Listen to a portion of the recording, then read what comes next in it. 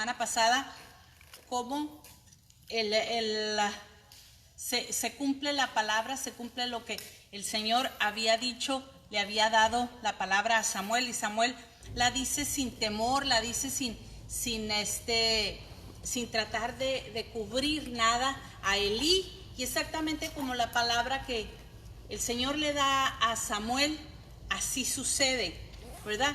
Para este tiempo, en el capítulo 4, vemos que muere el sacerdote, el último sacerdote de Israel, y muere en cuanto se le da a conocer o se le da la noticia de que el arca ha sido removida o ha sido llevada hacia los filisteos. Es tremendo ver que al mismo tiempo, antes de esto, le están dando la noticia a él que sus hijos murieron, que sus hijos fallecieron. Y recordemos lo que él había dicho anteriormente, cuando Samuel le había dicho la palabra que Dios le había dado. Y dice Samuel: haga Jehová como él quiera. A mí me sorprende ver la actitud de Samuel y cómo yo me imagino, yo tiendo a creer que hubo dolor en su corazón en el momento que le es dada la palabra, en el momento que se le revela a él lo que Dios iba a hacer. Mas aún sin embargo, él no reclama a Dios, no le pide a Dios, sino él reconoce y dice: haga Dios como él quiera. Fíjense la importancia, y en esto quiero hacer hincapié, hermanos, de la importancia que hay acerca de la crianza de nuestros hijos. Porque vemos que el sacerdote Elí vivía en el templo, estaba al servicio del Señor, mas aún sin embargo su firmeza para la educación o para la crianza o para el desarrollo de los hijos no fue lo suficiente como lo era para con el pueblo.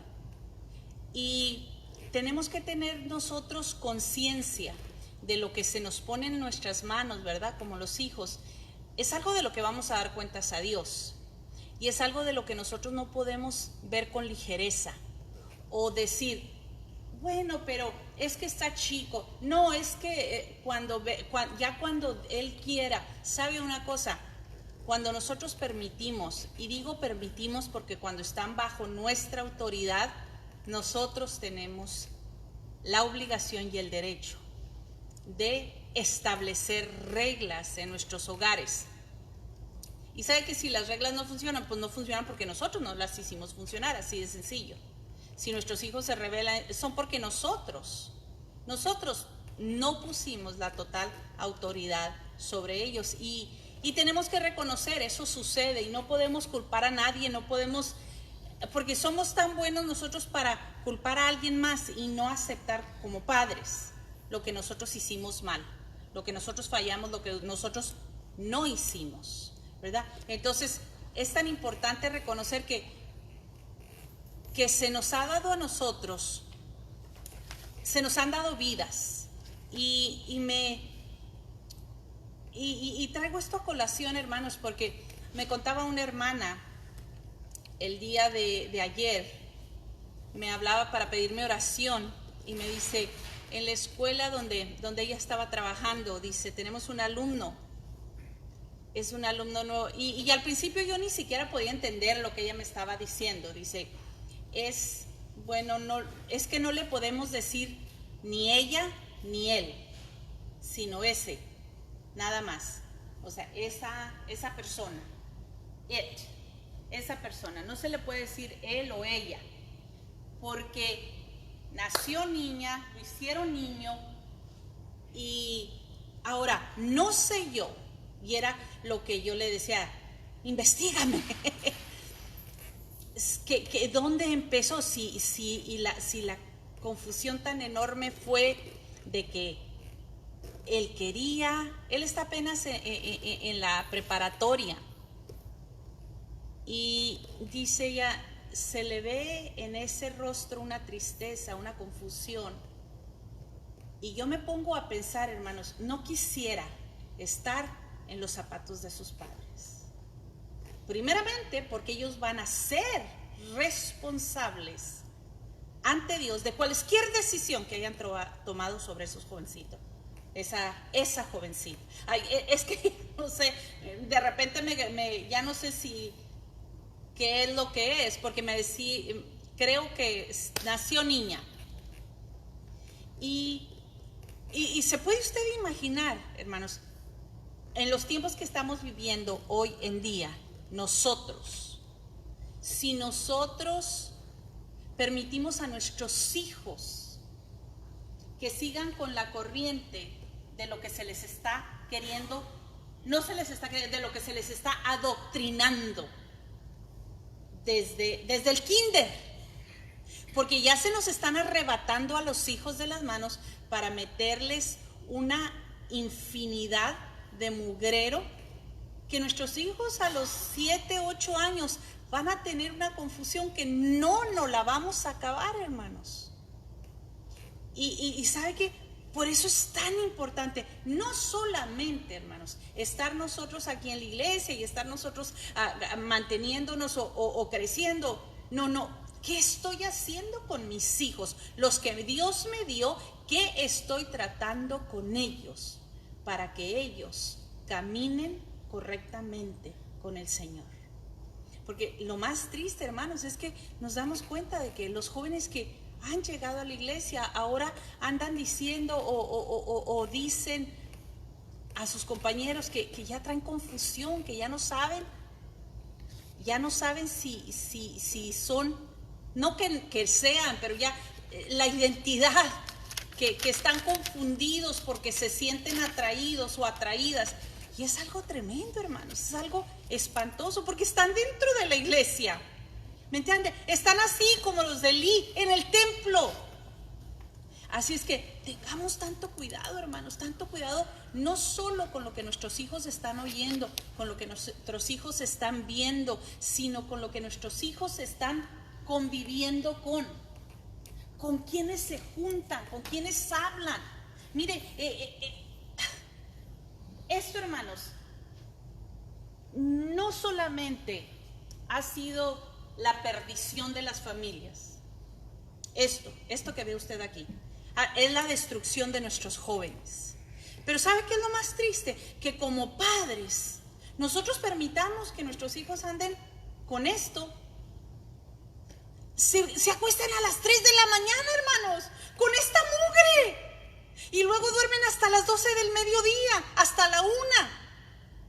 ¿Se da cuenta? Y nosotros, pobrecito de mi hijo, es que se siente solo, es que está deprimido, es que, hermanos, tenemos que reaccionar.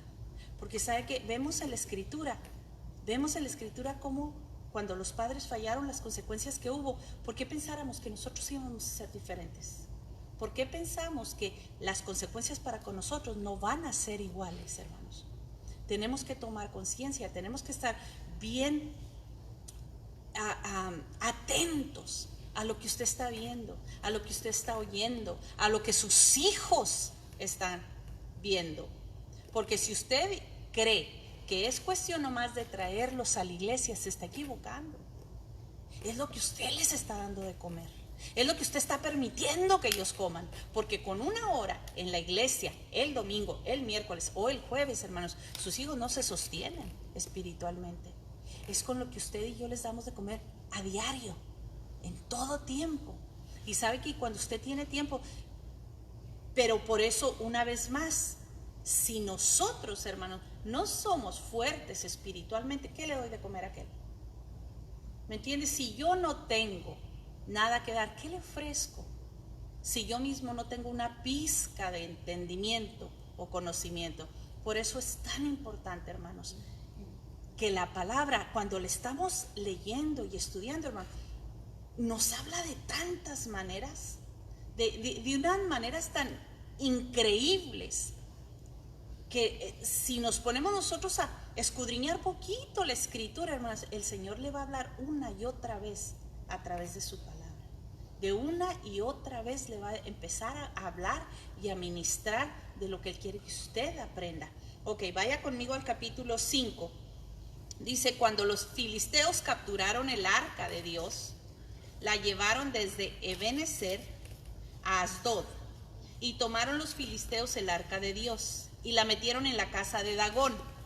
Dice, y la pusieron junto a Dagón.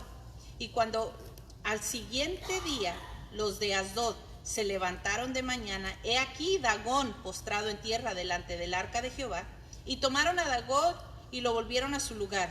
Y volviéndose a levantar de mañana al siguiente día, he aquí que Dagón había caído postrado en tierra delante del arca de Jehová, y la cabeza de Dagón y las 2 palmas de sus manos estaban cortadas sobre el umbral, habiéndole quedado a Dagón el tronco solamente.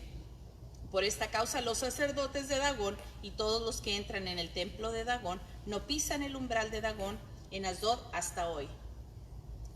Dagón, hermanos, era el dios, uno de tantos dioses de los filisteos y uno de los tantos dioses que ellos veneraban. Pero a mí me impresiona bastante y a mí me llama la atención el sentido del humor, podríamos decir, o la gracia de Dios con la que Él hace ver al pecador o al ser humano quién es Él. Y sabe que es impresionante cuando empezamos a leer la Escritura. Ya sí, con esto, hermanos, nosotros no entendemos que nuestro Dios es sobre todas las cosas. Yo no sé qué pasa. Dice la Escritura que se llevan el arca y lo meten en el arca misma, ahí donde se encontraba. Yo me imagino un santuario, yo me imagino un lugar donde lo adoraban, veneraban a este Dios, a Dagón. Y mi imaginación es demasiada, hermanos. Si yo me puedo imaginar así a Dios mandando así un ángel y tirando a la estatua esa, y todo porque querían, hermanos, ponerlo a la par de cualquier Dios. Acuérdense que el arca representaba la presencia de Dios. Dios no iba a permitir que le pusieran a Él a cualquier nivel, o en cualquier nivel como cualquier otro Dios. Por eso es que es tan importante, hermanos, que nosotros entendamos que Dios no está a nivel de nadie. Y sabe que es bien triste ver cualquier religión, ¿verdad? Que ponen a Jesús, al Dios Padre, al Espíritu Santo, lo ponen a la par de cualesquiera. A mí me duele, me duele y yo digo, Señor, pero ¿cómo es posible que se ha enceguecido la tierra entera? Porque ya ve que en cada nación tienen diferentes tipos de vírgenes y diferentes que la de Venezuela, ¿verdad? Yo me acuerdo mucho que de la Chiquinquirá y que la guadalupana y que si la de quién sabe dónde. Y cada país ha de tener una. Y fíjese bien, lo tremendo es que la gente, hermanos, puede aceptar y puede poner en alto cualesquiera imagen y venerar cualesquiera. Pero si usted les habla de Jesús, cuestionan todo acerca de Él, cuando ha sido el único que dio la vida por nosotros, y que su sangre es la única que nos limpia de pecado, y que es la resurrección de Él es nuestra esperanza, y por lo que hoy estamos aquí. Fíjese nada más. Y no es para entrar en debate con nadie acerca de esto, pero nos damos cuenta, fíjese qué tan tremendos son cuando a Dios le ponen a nivel, porque así se le pone, hermano, a nivel. Y luego tratan de cubrir, tratan de engañar a la humanidad, haciéndoles creer y decir, no, es que no les veneramos. No les veneras, entonces ¿para qué les pides? O sea, no. Y es que como que ahora, hermanos, han dado un volteón en la enseñanza y dicen, no, es que nosotros ya no les veneramos, no les idolatramos. Como que ya están tratando de hacer ver un poquito menos antibíblico. Y dicen, no, nosotros nada más les pedimos. Y te pones a pensar, es pedirle a un muerto. porque la Escritura no registra que hayan resucitado. El único que la Escritura registra, aparte de Enoc y aparte de Elías, que no resucitaron, sino que se fueron sin haber visto la muerte. Los únicos, hermanos, aparte de ellos, la única resurrección es la de Jesucristo. Lázaro resucita, pero Lázaro vuelve a morir. Es un milagro el de Lázaro, pero no resucita para ascender a los cielos y irse como lo hizo Jesús. Y nos damos cuenta y nos ponemos a pensar, hermanos, ¿cómo? Esto no es algo nuevo. Esto lo vemos desde los tiempos antiguos, donde trataban de poner a Dios a la par de cualesquiera. Y así lo hicieron y llevan el arca hasta el santuario o hasta el lugar donde era venerado Dagón. Y el Señor dice, no, a mí no me ponen al nivel de cualesquiera. Yo soy Dios. Yo me imagino a Dios diciendo, no permitiré. Porque si hay algo, mire, y por eso a mí me encanta, hermanos, decirles, porque yo quiero que la iglesia aprenda que la gloria de Dios no se comparte con nadie. Dios no comparte su gloria con nadie, hermanos. Dios puede usarnos como sus siervos, pero la gloria es de Dios. Usted no puede tomar crédito, no lo debe tomar el crédito bajo ninguna circunstancia, por mucho que Dios le use. Usted no puede tomar crédito de lo que Dios hace. Porque en el momento, hermanos, en el que sentimos que somos algo especial, por eso Dios nos usa de esa manera, en ese momento estamos tomando su gloria. Y la gloria de Dios es solo de Él. Yo solo soy su siervo. Eso es todo. Y si Él me usa, gloria a Él. Y si a Él le place hacer milagros a través de mi vida, gloria a Él. Pero no podemos tomar absolutamente nada, ni el más mínimo crédito, hermanos. Y no se debe. Por eso la importancia de que cuando nosotros crecemos y vamos, mire, lo único que nos hace madurar en la Escritura, y me encantó lo que nos dijo este pastor al que conocimos en México, me encantó su sencillez y nos dice a las que íbamos en la VEN, dice, ¿sabe qué? A mí no me vengan con que son maduros si la persona no es fiel en todas las áreas en la congregación. Y te das cuenta, hermano, ¿cómo puede ser maduro? ¿Cómo vamos a madurar si no conocemos la Escritura? ¿Cómo vamos a madurar si no sabemos lo que la palabra dice? ¿Cómo vamos a madurar, hermanos, si nosotros salimos con las mismas cosas de que, y como dice en la Biblia, ayúdate, Dios dice, ayúdate que yo te ayudaré? Y dices tú, ay caray, pues eso no dice. ¿Me entiendes? Pero dije ustedes que cristianos viejos salen con esas cosas. No, y es que como dice en la Biblia, y así como que quieren sonar muy espirituales, pero sácala que, pues puras sandezas, pura vergüenza. Pero ¿sabe por qué es? Por falta de la Escritura, falta del conocimiento de la Escritura. Y no crea que yo me excluyo de ello. Recuerdo el pastor Epi me dice una vez,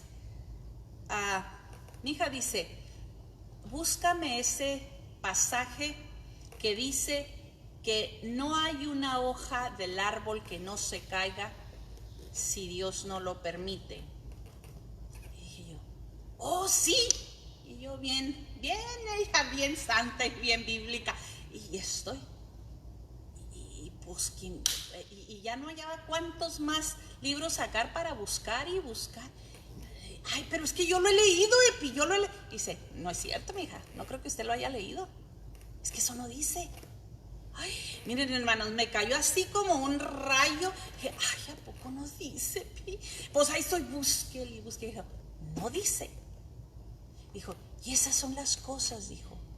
Me dijo a mí, eso es lo que como pueblo, dijo, a veces declaramos y decimos que el Señor dice, y no lo es.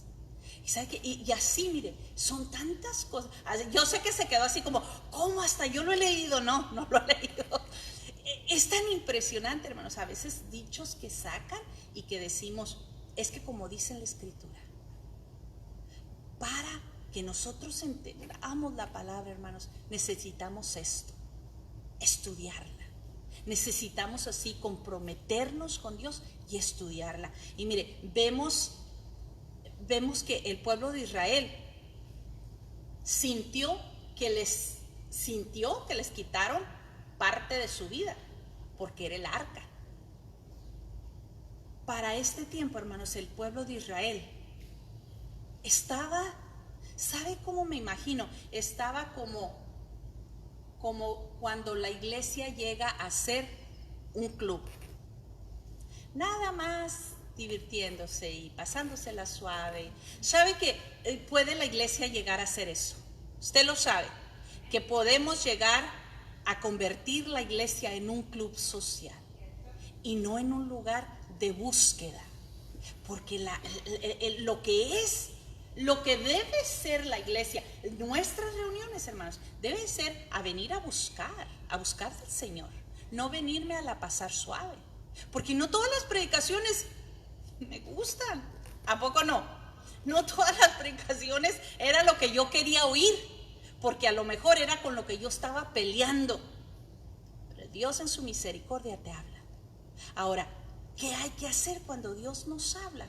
Pues cambiar completamente el rumbo de lo que nosotros, de donde íbamos. Y esto era lo que estaba viviendo el pueblo de Israel. Iban sin un rumbo comprometido con Dios. Para este tiempo el pueblo de Israel había sido ligero, ya estaban yendo a pleito, a batallas, sin consultar a Dios. Se les había olvidado la manera en que vivían anteriormente, consultando a Dios antes de ir a cada batalla. Y Dios les decía, se los voy a entregar, o no se los voy a entregar, o no vayan, y Dios les daba instrucciones a cada uno. A cada uno les decía lo que iban a hacer. Y en este tiempo el Señor pareciera que, leímos al principio del libro, la manifestación, la palabra de Dios no se daba, no había, fíjese bien, palabra que llegara al pueblo de parte de Dios. Qué cosa tan espantosa ha de ser eso, el silencio de parte de Dios para con nosotros. Yo creo no hay nada más horrible, el no poder escuchar la voz de Dios. Y no me refiero, hermanos, cuando Dios te habla y no es lo que tú quieres, no me refiero a eso, porque luego decimos, es que Dios no me habla. No, sí te habló, pero no quisiste lo que te dijo. O sea, el no escuchar, el no entender absolutamente de lo que Dios me quiere decir, eso es horrible. Y se agravó la mano de Jehová sobre los de Asdod, y los destruyó y los hirió con tumores en Asdod y en todo su territorio. Dice, y viendo esto los de Asdod dijeron, no quede con nosotros el arca del Dios de Israel, porque su mano es dura sobre nosotros y sobre nuestro Dios Dagón. Fíjense los tremendos. ¿Se puede imaginar? Dice, no solamente están los sinvergüenzas preocupados porque pues nos está matando, no, se están preocupando por su ídolo. Fíjense, pero le está haciendo daño a nuestro Dios también. O sea, le cortó la cabeza, le cortó las manos, lo dejó al pobrecito en un trozo. Esa era la preocupación de este pueblo. Fíjense qué tremendo. Ahora, hermanos, veamos el tiempo actual, nuestros tiempos de hoy en día, hermanos. ¿Qué es lo que a la gente le preocupa? ¿Qué es lo que ahorita a la gente le preocupa? A la gente le preocupa no lo que diga Dios, sino lo que digan los demás o lo que está sucediendo. La gente ahorita no le preocupa el arrepentirse, hermanos. Por el contrario, están furiosos por las cosas que están sucediendo. Enojados, se molesta, la gente se pone histérica si llega uno a decir que es juicio de Dios lo que sucede. Pareciera que, ¿sabe por qué? Porque la gente no quiere oír. la gente no quiere recibir que lo que estamos viviendo son tiempos finales. Y usted llega a decirlo, luego le van a salir con que, ay, estos ya no salen con lo mismo, ya que le cambie. No, entiéndanlo. Son tiempos finales, son tiempos apocalípticos, hermanos, en los que vamos a ver a lo mejor cosas peores, pero tenemos que tener el corazón alineado con Dios. Esa será la única manera, hermanos, en que nosotros permanezcamos de pie. Es decir, que nos sostengamos adorando a Dios, solamente a Dios. Porque, mire, de la manera que vamos, hermanos, yo no sé, sinceramente, qué cosas se nos vayan a obligar a hacer. Sinceramente, mire, usted observe nada más a su alrededor, vea los medios de comunicación, que son a los que todo mundo tiene ahorita acceso. ¿Qué es con lo que están bombardeando? ¿Qué es? Quieren tener el control masivo de la humanidad. Y sabe una cosa, si nosotros nos despegamos de la palabra, van a lograr contenernos a nosotros. ¿Sabe con qué? Con el miedo. Ya saben que esa es la cosa número uno con lo que te controlan. Nomás te asustan tantito y la gente se paraliza y ya no se quiere mover. Es capaz hasta de dejar la familia, es capaz hasta de no volver a ver a nadie más por el temor. Y supieron que funcionaba. Pero si nosotros nos metemos en la palabra, hermanos, y sabemos y estudiamos que el temor no me pertenece a mí, y que el temor y que el verdadero amor, que es el de Cristo, echa todo temor, Él lo echa fuera, yo puedo estar segura que venga lo que venga, yo voy a estar segura en Cristo. Y cuando digo seguro en Cristo, hermano, no me refiero a que no me va a pasar nada. No, yo no me estoy refiriendo a seguro en Cristo. Yo tengo mi seguridad con Él, pase lo que pase. ¿Sí me entiende? De que si aún yo llego a partir a la eternidad, eso no quiere decir que Dios falló. No, simplemente estoy en un cuerpo que está en debilidad, que está expuesto a cualquier cosa que pueda suceder. Pero sí sigo estando segura de que mi final es con Él. Y eso es lo que la iglesia tiene que tener, certeza y seguridad, que nuestro final es con Él. Y de que a donde vamos nosotros es con Él. Convocaron pues a todos los príncipes de los filisteos y les dijeron: ¿qué haremos del arca del Dios de Israel? Y ellos respondieron: pásese el arca del Dios de Israel a Gat.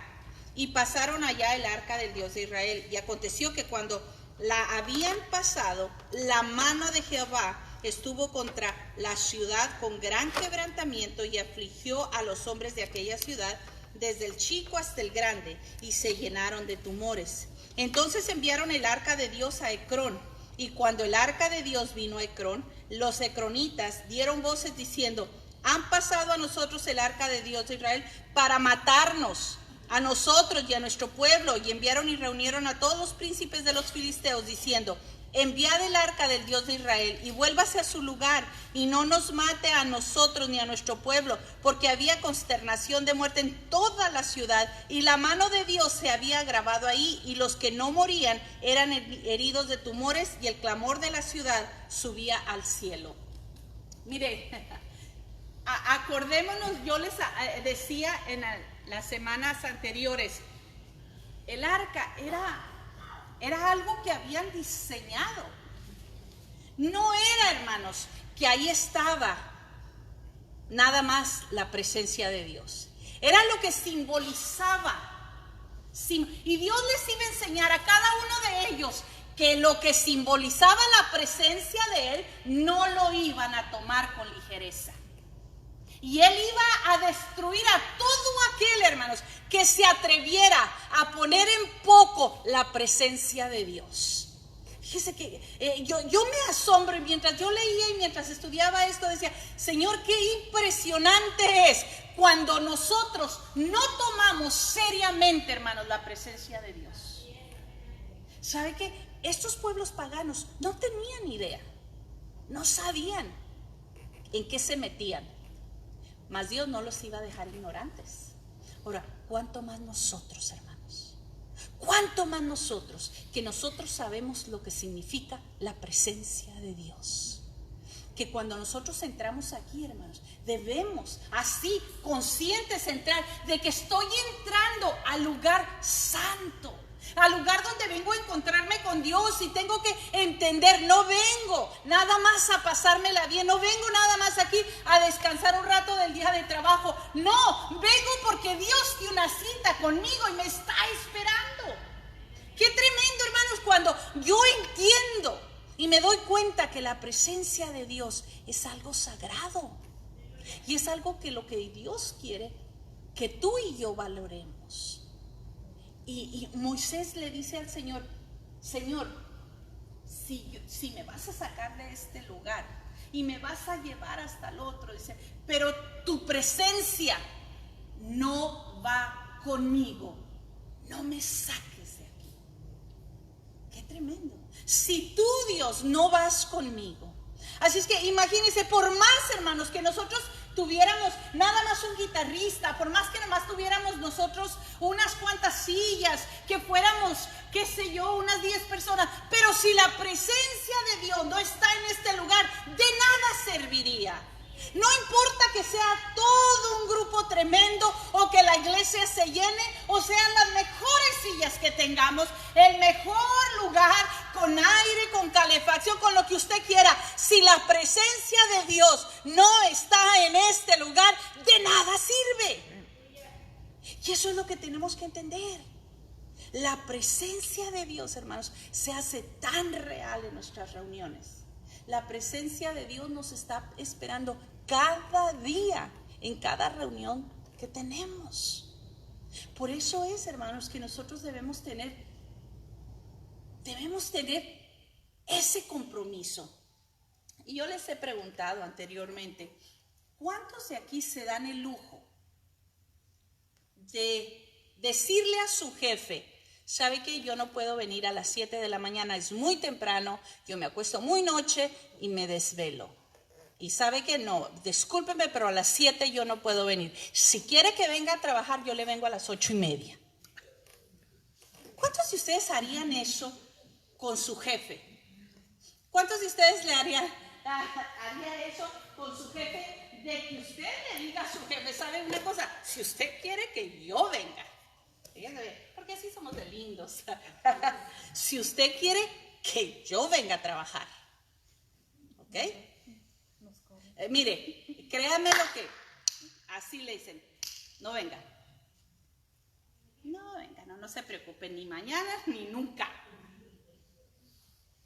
O sea, ¿en qué cabeza cabe que yo voy a poner las reglas a menos que fuera mi negocio? Pero si fuera su negocio y viene su trabajador y le dice, no, ¿sabe una cosa? Yo vengo muy cansado. Ayer me acosté muy tarde. ¿Sabe que se me pusieron enfermos los niños? Le tuve que ayudar a mi esposa. Me acosté casi eran las 12:30. Yo mañana no le llego a las 7. ¿Qué diría usted como jefe? No, sí, está bien. Claro que no. Diría, pues no venga, pero ya no vuelva. Porque ¿quién va a pretender querer que yo voy a poner las reglas del trabajo, del negocio, sin ser yo cabeza? Y sabe que lo más triste y lo más vergonzoso es que a veces así somos con el Señor. Mire, somos tan lindos, tan hermosos y lo decimos, es que el Señor conoce mi corazón. Pues sí lo conoce, tenlo por seguro que lo conoce.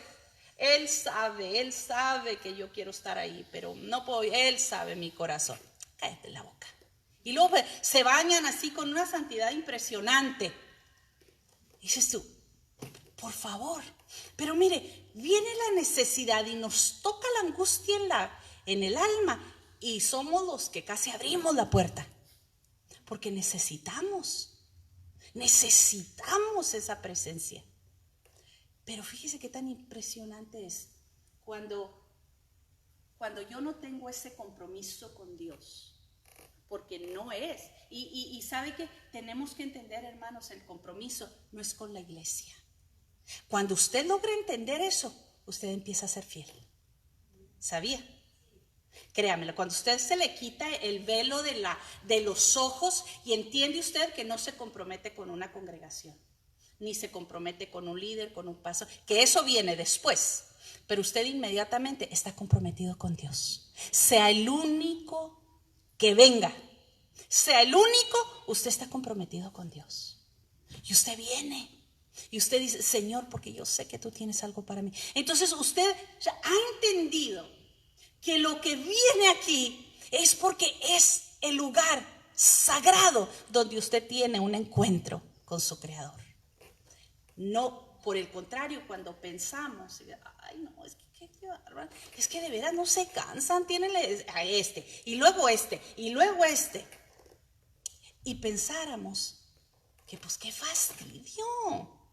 Fíjese bien cómo lo vemos. Cómo vemos a veces la relación con Dios. A veces la llegamos a ver como un fastidio. Hay algo que, ay, tan pesado. No, hombre, pues es que ahí sí que bárbaros. Y se da cuenta, mi relación con Dios debería de ser lo que más me motivara a mí para yo querer ir caminando, para yo querer seguir adelante, porque nos damos cuenta que cuando yo empiezo a buscar al Señor, Él empieza a hablarme, hermanos. Y yo empiezo a crecer y sabe que mi vida empieza a echar raíces de una manera que yo antes no entendía. Y empiezo a echar raíces y empiezo a conocer y es cuando mi vida empieza a ser transformada. Empiezo a cambiar mucho estilo de mi vida, hermanos, muchos hábitos, muchas cosas que antes pensaba, pues ¿qué tiene? Pues si estoy soltera, pues ¿qué tiene? ¿Me entiende? ¿Me está entendiendo? Andar de sinvergüencita. Y pensaba que, ay, pues que estoy soltera, pues qué. Y sabemos bien que no es eso. Yo me debo al Señor, soltero, casado, como sea. Yo tengo que mantener mi vida santa para el Señor. Y eso, créamelo, hermanos, solo se aprende si empezamos a crecer en el conocimiento. Cosa que el pueblo de Israel tuvo que aprender, hermanos, de una manera dura. Y a veces así es como lo tenemos que aprender nosotros. Estos pueblos se dieron cuenta que el traer el arca a sus vidas, a sus contornos, les traía el dolor más grande. Porque ellos creían que estaban trayendo, robando lo que no les pertenecía, iban a dañar al pueblo de Israel. Esa era la idea, hacerles daño a los enemigos, sin darse cuenta que era el Dios mismo el que traía juicio. Y sabe que en nuestros días, hermanos, tenemos que entender, tenemos aquí el arca del pacto. Es decir, estamos aquí, hermanos, con esa presencia sagrada. No la desperdiciemos, no la tomemos ligera, no pensemos que, bueno, pues ya será la otra vez, ya será después. No, hermanos, tenemos que tomarla así, con ese celo que después entiende el pueblo de Israel. Vaya conmigo al capítulo 6. Estuvo el arca de Jehová en la tierra de los filisteos. Fíjese bien, 7 meses. Entonces los filisteos, llamando a los sacerdotes y adivinos, preguntaron, ¿qué haremos del arca de Jehová? Hacednos saber de qué manera la hemos de volver a enviar a su lugar. Ellos dijeron, si enviáis el arca del Dios de Israel, no la envíes vacía, sino pagadle la expiación. Entonces seréis sanos y conoceréis por qué no se apartó de vosotros su mano. Ahora miren nada más. Esto nos puede mostrar, hermanos, y nos puede enseñar a veces la vida tan tremenda que tuvimos nosotros y de la manera que nosotros actuábamos. Porque ahorita vamos a ver qué es la solución que ponen, ¿no? Que no era solamente regresar el arca, pero que la iban a regresar con un regalo. La iban a pagar por ese daño hecho. Pero miren la imaginación tan desastrosa del que no conoce al Dios de Israel. Fíjese bien, entonces nosotros nos ponemos a pensar, hermanos, ¿cuánto ha cambiado nuestra manera de pensar de antes y ahora? ¿Cuánto hemos cambiado, hermano? ¿Qué era la forma antes suya de pagarle a Dios si Dios le contestaba? A lo mejor caminar distancias a rodillas, a lo mejor irse a la iglesia que estaba allí en el cerro entre las piedras y irse descalza, y mientras más sangre le saliera, mayor era mayor era la gratitud.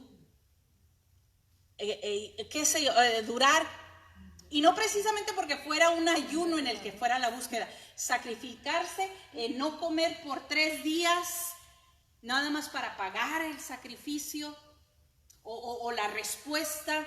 No me estoy refiriendo a un ayuno, hermanos, sino en pagar deudas para con Dios. Que si nos ponemos a pensar, hermanos, ¿cuándo usted podría pagar por un milagro? Dígame, ¿cuándo usted podría pagar por un milagro que Dios le haga? ¿Qué podría hacer usted que fuera suficiente para pagarle a Dios? Nada.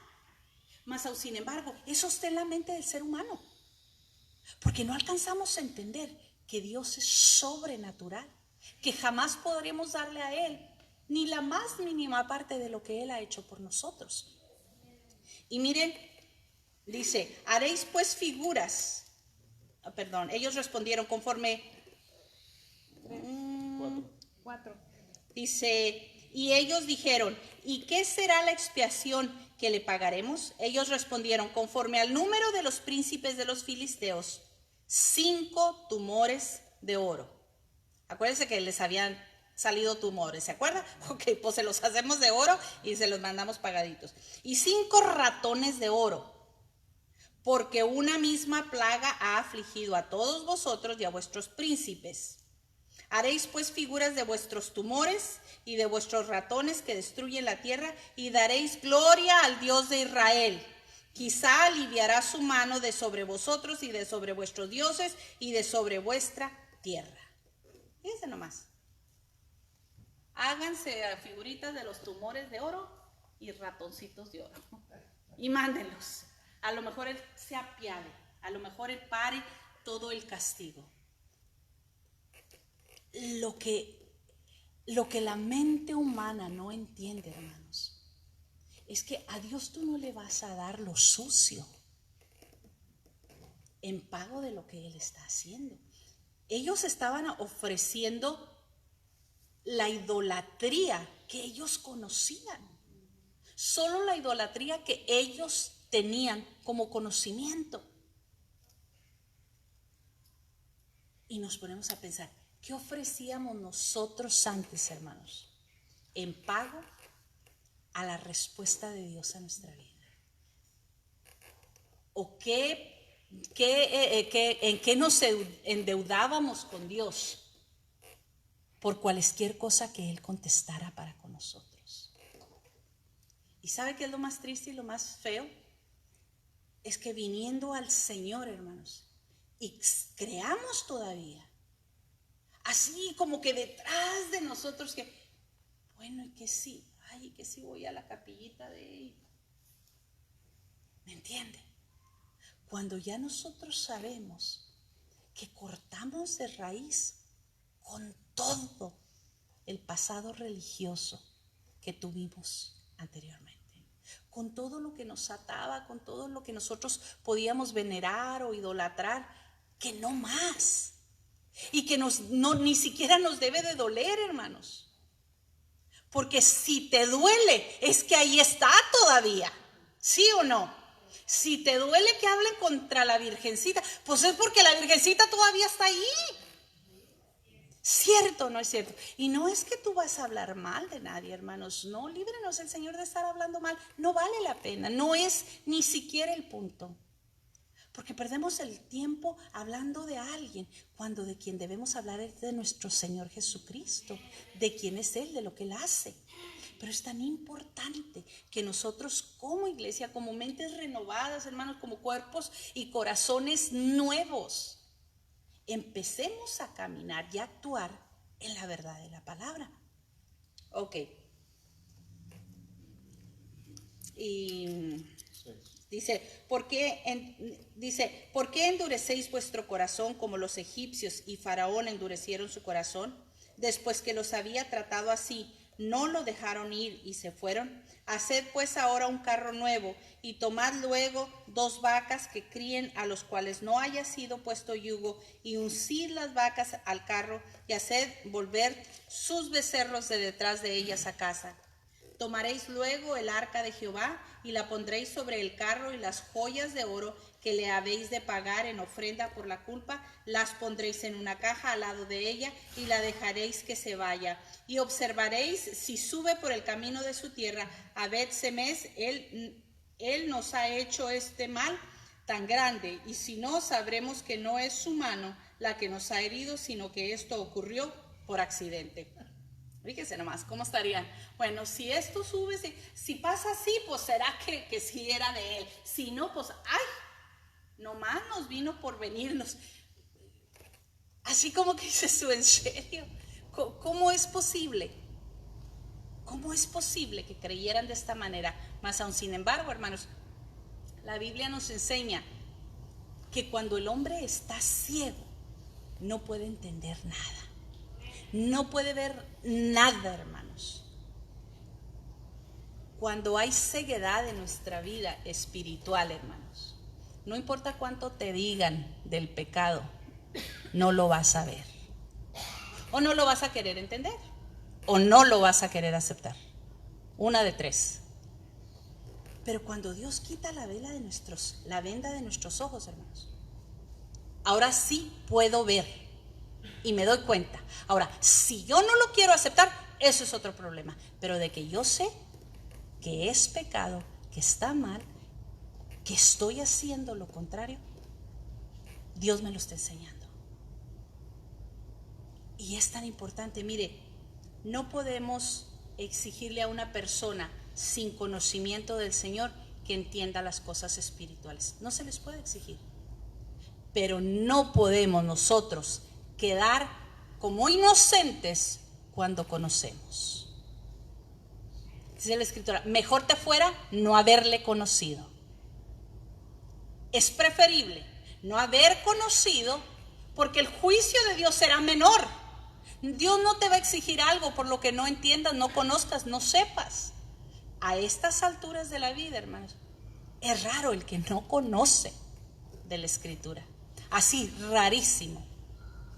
Entonces a todos se nos van a pedir cuentas, grandes y chicos y como tú quieras, creyentes o no creyentes. Mientras tú escuches y mientras tú sepas de la palabra, nosotros daremos cuenta, hermanos. Ok, y aquellos hombres le hicieron así, tomando 2 vacas que criaban, las uncieron al carro y encerraron en casa sus becerros. Luego pusieron el arca de Jehová sobre el carro y la caja con los ratones de oro y las figuras de sus tumores. Y las vacas se encaminaron por el camino de Bet-Semes y seguía camino recto, andando y bramando sin apartarse ni a derecha ni a izquierda. Y los príncipes de los filisteos fueron tras ellas hasta el límite de Bet-Semes. Y los de Bet-Semes segaban el trigo en el valle. Y alzando los ojos vieron el arca y se regocijaron cuando la vieron. Y el carro vino al campo de Josué de Bet-Semes y paró ahí donde había una gran piedra. Y ellos cortaron la madera del carro y ofrecieron las vacas en holocausto a Jehová. Y los levitas bajaron el arca de Jehová y la caja que estaba junto a ella, en la cual estaban las joyas de oro, las pusieron sobre aquella gran piedra. Y los hombres de Bet-Semes sacrificaron holocausto y dedicaron sacrificios a Jehová en aquel día. Cuando vieron esto, los 5 príncipes de los filisteos volvieron a Ecrón el mismo día. Estos fueron los tumores de oro que pagaron los filisteos en expiación a Jehová: por Asdod 1, por Gaza 1, por Ascalón 1, por Gat 1, por Ecrón 1. Y los ratones de oro fueron conforme al número de todas las ciudades de los filisteos pertenecientes a los 5 príncipes, así las ciudades fortificadas como las aldeas sin muro. La gran piedra sobre la cual pusieron el arca de Jehová está en el campo de Josué de Bet-Semes hasta hoy. Entonces Dios hizo morir a los hombres de Bet-Semes porque habían mirado dentro del arca de Jehová. Hizo morir del pueblo a 50,070 hombres, y lloró el pueblo porque Jehová lo había herido con tan gran mortandad. Y dijeron los de Bet-Semes: ¿quién podrá estar delante de Jehová, el Dios santo? ¿A quién subirá desde nosotros?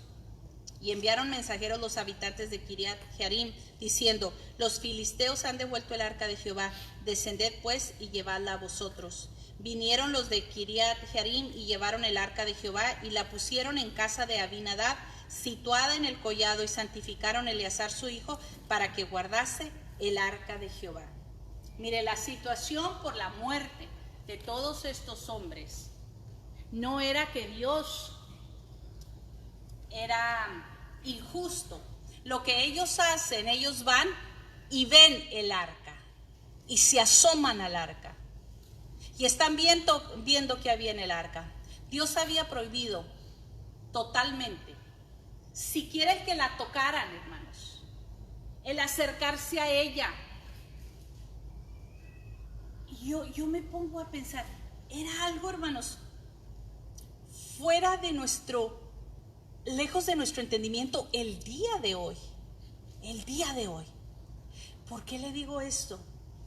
Porque en el tiempo antiguo, hermanos, la presencia, lo que representaba la presencia de Dios, era algo tan sagrado que no cualquiera se podía acercar. Tenían que estar completamente limpios, hermanos. ¿Se acuerda? El arca estaba en el lugar santísimo, adentro, lo más adentro. Era el lugar santo, era en el lugar santísimo. En el lugar santísimo solamente el sumo sacerdote entraba. Y era cuando se hacía la expiación de pecados por el pueblo, hermanos. Esto era una reunión anual, era una cosa que se hacía durante el año. Y el sacerdote tenía que asegurarse, hermanos, de que no solamente por fuera, sino por dentro, él tenía que estar limpio. No había que tener nada de mancha, nada de mugre, hermanos, nada, absolutamente. Tanto que se le amarraba al sacerdote un cordón y en la orilla de sus túnicas eran como unas campanitas alrededor, y el sacerdote tenía que moverlas, tenía que mecerlas para que estuviera sonando mientras estaba todo ese proceso. Y tenía que sonar porque el pueblo tenía que saber que él estaba vivo, que él había logrado mantenerse limpio delante de la presencia de Dios. Imagínense nomás. Entonces, si ese sacerdote dejaba de hacer sonido alguno, entonces jalaban el cordón porque él había caído muerto delante de la presencia de Jehová. Ahora imagínense, le tenían que jalar porque no podían entrar a sacarlo. Si no, volvían a caer muertos los que entraran. Entonces le jalaban el cordón y lo sacaban. ¿Se puede imaginar lo que era esa calidad de presencia, de lo que Dios demandaba? Ahora, ¿sabe que Jesucristo viene, hermanos? Paga el precio por nosotros. Y ahora cuando usted más cochino está, cuando más sucio, es cuando usted puede venir y se acerca a la presencia de Dios. Es que ahora es lo opuesto, hermanos. Es que ahora no tienes que lavarte ni purificarte antes de presentarte a Él. Ahora vienes como estás porque ya alguien pagó ese sacrificio para que tú tengas acceso, puedas venir hasta su presencia y te presentes tal como estás para que Él te limpie. Ahora sí entendemos, no es un sacrificio propio, ya no es nuestro esfuerzo, ya no es lo que yo puedo hacer, ya no es cuánto me limpie, que Chanel o que Coco Chanel o que Victoria's Secret loción me ponga. No, ya no es nada de eso. Ya solamente el aroma de Jesucristo, ya solamente lo que el Señor te baña con su sangre preciosa. Dice, tus pecados son borrados totalmente. Se da cuenta, ya no es mi sacrificio, ya no es lo que yo podía hacer, ahora es lo que Él hace por mí y yo tengo acceso directo. Y me vuelvo a ensuciar, hermanos, y vuelvo a venir a llorarle a los pies que me limpie nuevamente. Y cuantas veces sea necesario, vuelvo a venir a que me limpie. Esa es la diferencia tan tremenda que había en el Antiguo Testamento y ahora en el Nuevo. Ahora, no quiere decir, hermanos, que porque ahora yo tengo acceso a esa presencia, es menos sagrada o menos santa. ¿Me entiende? Ahora nosotros hemos creído, entendido, yo no sé qué nos pasa, que a veces así la viéramos, como que la presencia de Dios no fuera lo más sagrado que hay. Tanto, hermanos, que cuando venimos de genio, ¿sí o no? Y hasta la cara se le hace chueca del coraje que trae, porque está el partido, me cae tan gordo porque, y tenía que estar el servicio a esta hora. Pues grábenmelo pues, pero no va a ser lo mismo. Y fíjese nomás, o sea, ahora hemos cambiado, porque pues ahora, pues qué más da, voy y canto y pienso que voy y pago y pago mis respetos ahí. Yo no sé qué es lo que tenemos en la cabeza, que yo pienso que creo que venir y ya cumplí, ya me dieron, ya sonreí, ya vi a todos, ya se me quedó así y ya ando así con todos. Ok, ya me puedo ir a la casa. Y vuelvo. ¿Me entiende lo que le estoy diciendo?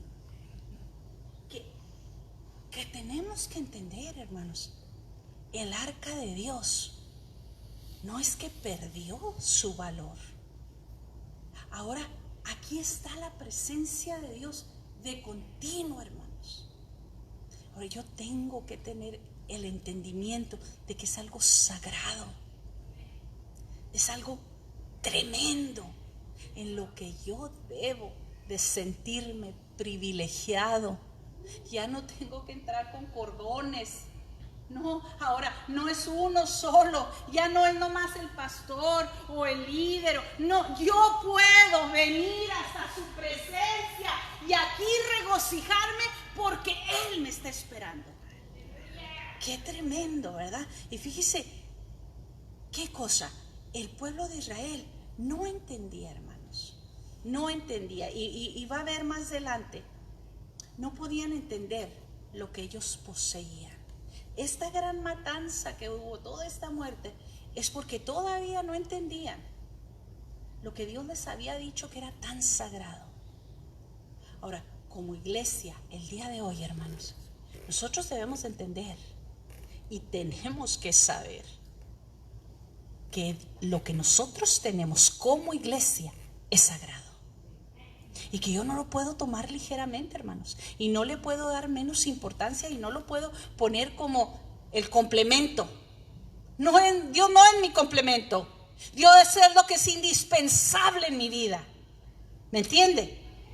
El complemento puede ser su esposo, pueden ser sus hijos, pero Dios no. Dios debe ser indispensable en nuestra vida. No puede ser nuestro complemento. ¿Me entiende? Porque complemento es lo que me hacía falta, No. Sin Dios no puedo estar, no puedo vivir. Hay una grande diferencia. El complemento es algo que me hace falta, que puedo, y ¿sabe qué? Pues si hasta me cae gordito, pues lo hago a un lado. Dios no. Dios tiene que ser lo que es indispensable para que yo pueda vivir. Indispensable. ¿Sabe qué? El momento, créamelo, hermano, el momento que Dios sea indispensable en Monte Sión, escúcheme bien, las cosas van a ser totalmente diferentes. ¿Me escuchó? El día que en Monte Sión Dios sea indispensable para cada uno de nosotros, no el complemento, indispensable para cada uno de los que estamos aquí. Y no me refiero de ustedes, sino de toda la congregación. Porque sabe una cosa, a veces Dios es la parte que ay, pues gracias porque lo conocí, gracias porque me cambió, gracias porque me dio paz. Pero se me olvida, gracias porque ya no voy al infierno.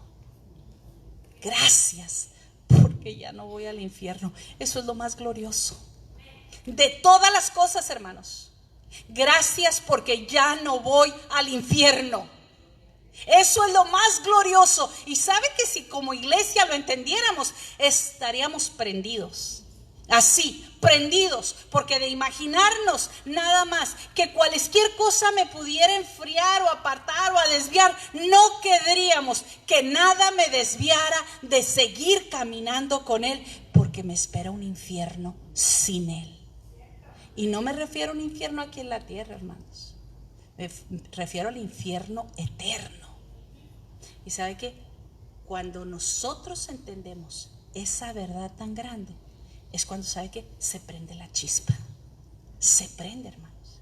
Y entonces sí nos encendemos y no hay nada que nos detenga para servirle a Él. Póngase de pie.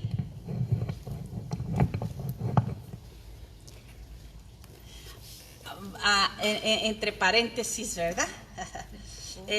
No se les olvide, padres, este viernes